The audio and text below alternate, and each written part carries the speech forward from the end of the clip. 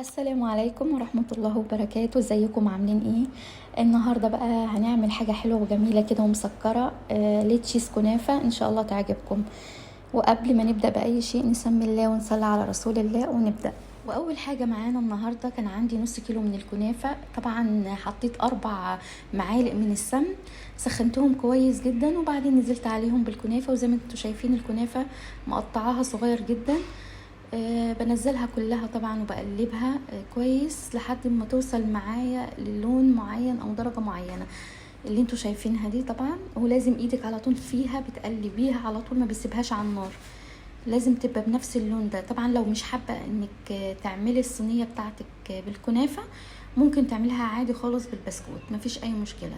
تمام. هنا انا بضيف معلقتين من السكر البودر، بس طبعا على حسب رغبتك انتي. ممكن تحطي معلقة واحدة لو انت عايزة، مفيش اي مشكلة، على حسب ما بتحبي. يعني السكر ده بيكون على حسب الرغبة مع الكنافة. تمام كده. خلاص بنوصلها للون الذهبي اللي احنا عايزينه. تعالوا بقى نعمل الطبقة التانية اللي هنحتاجها النهاردة. كوباية الا ربع من الكريم شانتيه، وكمان كوباية الا ربع من السكر البودر، وكمان هنحتاج علبة من القشطة ومكعبين من الجبنة الكيري.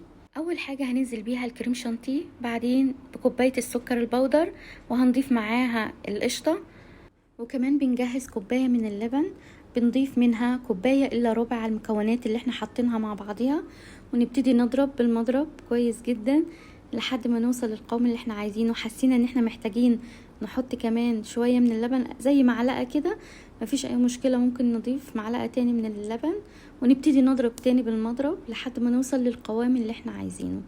هضيف المكعبات الجبنة الكيري مع المكونات كلها اللي احنا حطيناها مع بعض وضربناها، وهبتدي اضرب تاني طبعا بالمضرب لحد ما اوصل للقوام اللي انا عايزاه. وهنا كنت مجهزة 3 حبات من المانجا، طبعا برضو اختياري براحتك على قد امكانياتك. لو حابة تجيبي 2، واحدة كبيرة وتقطعيها وتشكلي بيها التشيز كنافة، ما فيش اي مشكلة خالص.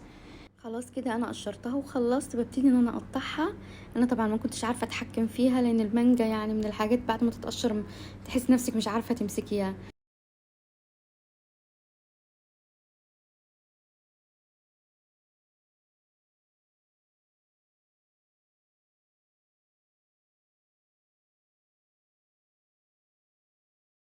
ودي خطوة مهمة جدا معانا. ولو أول مرة تشوفي قناتي، دي قناة أكلات وتكات لبنى، ياريت تشرفينا باشتراكك وما تنسيش تعملي لايك وتعليق جميل زيك. وبالنسبة للخطوة اللي بعد كده، بنجيب الكريمة اللي احنا عملناها وبنضيفها على الكنافة، وما بنخليش أي جزء من الكنافة باين، بنغطيها تغطية مظبوطة، وبننزل بالكريمة كمية محترمة. يعني بنحط كمية كويسة كده، مش كمية قليلة، عشان هي طبعا لازم تكون فيها الكريمة كتير. يعني المهم ان انت ما تخليش اي جزء من الكنافه باين، تغطيها كلها بالكريمه. جبت المانجا اللي احنا كنا مقطعينها في الاول، وطبعا انا قطعتها مكعبات بعد كده. بالنسبه للمكعبات لا مقطعها لا صغيره ولا كبيره بتاعت المانجا. تمام. وبقلب العسل مع المانجا كويس جدا لحد ما يختلطوا ببعض، وببتدي انزل بيها على الكريمه من فوق. وزي ما انتوا شايفين شكلها كده بعد ما حطيت المانجا. طبعا انا رشيت مكسرات، بس دي اختياري براحتك انتي، عندك وموجود ما تكلفيش نفسك وتشتري. لو عندك موجود عادي ضيفيها، مش عندك برضو جميلة من غيرها، حلوة جدا. وده الشكل النهائي بتاعها. طبعا شكلها حلو وجميل تحفة، ما شاء الله تفتح النفس يعني. يلا جربيها ان شاء الله بتعجبكم. تعالوا بقى نعمل 3 اطباق حلوين كده صغيرين بباقي الكنافة اللي معايا. زي ما انتوا شايفين كده، ضفت في كل طبق معلقتين من الكنافة، وهبتدي ان انا اضغطهم كويس زي ما عملت طبعا في الصينية الاولانية. نفس الضغطة بسويهم وبضغطهم في نفس الوقت. ده طبعا برضو خطوة مهمة زي ما انا قلت لكم. ابتديت اضيف على كل طبق من الكنافة حبة من المكسرات، وبعدين ببتدي ان انا اضيف معاها شوية من الكريمة زي ما انتوا شايفين. برضو بغطي كل الكنافة هي نفس الفكرة يعني، بس احنا بنعملها على طريقة ايه، اطباق صغيرة لو احنا عندنا اطفال وكده. كل واحد بياخد طبق بتاعه، بيبقى فرحان بيه، بياكله كده وهو فرحان ان ده خاص بيه هو لوحدي. ده غير ان انت ممكن تشكلي براحتك وتزينيه براحتك، يعني ممكن تحطي له شوكولاته، ممكن تحطي له اي نوع من انواع الفواكه، مكسرات، اي حاجه انت حابه تزيني بيها عادي، ممكن تزيني بها الطبق بتاع اولادك عادي بشكل اللي انت حباه. انتوا زي ما انتوا شايفين كده انا ضفت كمان طبقه تاني من الكنافه فوق الكريمه، تمام كده.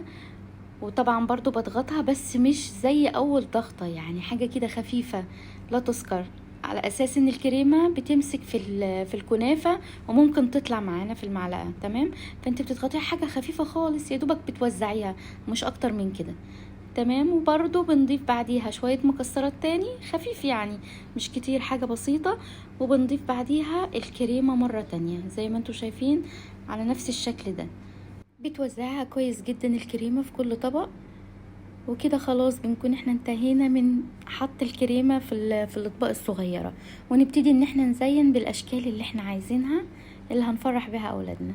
جينا لخطوة التزيين، هنبتدي ان احنا نزين اول طبق معانا بالشوكولاتة زي ما انتوا شايفين كده، وشوية مكسرات، يعني الشوكولاتة مع الكريمة مع المكسرات برضو بتدي شكل حلو. لو مش شكل حلو بس كمان طعم لذيذ. وهنبتدي نزين الطبق التاني، بنحط شوية من الكنافة مع شوية مكسرات. والطبق التالت طبعا بنحط مثلا خط واحد كده من الكنافة، وبنعمل برضو خط تاني من المكسرات، وبنسويهم كويس جدا عشان يدوا شكل حلو وجميل ومرتب، تمام كده. وكمان بنضيف معاه الخط التالت اللي هو بيكون الشوكولاتة، عشق الأطفال اللي كل الأطفال بيحبوها أي حاجة فيها شوكولاتة بيحبوها، يعني معظم الأطفال كده زي ما انتوا شايفين. غطيت كل المكان بالشوكولاتة، وبعدين ببتدي ان انا اعمل في الطبق التاني اللي انا حطيت فيه كنافة وشوية من المكسرات في النص، هضيف له كمان شوكولاتة، يعني هديله شكل حلو برضو، منه شكل ومنه طعم، يعني بيبقى طعمه حلو برضو جميل.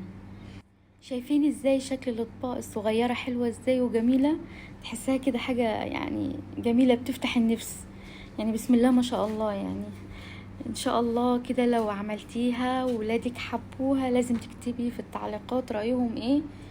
هي والله يعني التشيز كنافة دي من الحاجات الجميلة جدا اللي الكل بيعشقها، يعني وبتتباع بأسعار غالية في المحلات. ليه نشتريها من بره لما ممكن نعملها في البيت ونوفر، وزي ما بنقول كل مرة حاجة نظيفة ومضمونة. طبعا بعد خلاص ما خلصتها خالص وخلصت كل التحضير اللي فيها، انا حطيتها في التلاجة يمكن تقريبا 3-4 ساعات كده، وطلعتها باردة وجميلة ساقعة كده وحلوة بتطري على القلب كده وتفتح النفس. وبألف هنا على كل اللي هيجربها ويعملها. خلاص كده الفيديو بتاعنا خلص والوصفة خلصت، وما تنسيش تعملي لي لايك وشير واشتراك. سلام عليكم.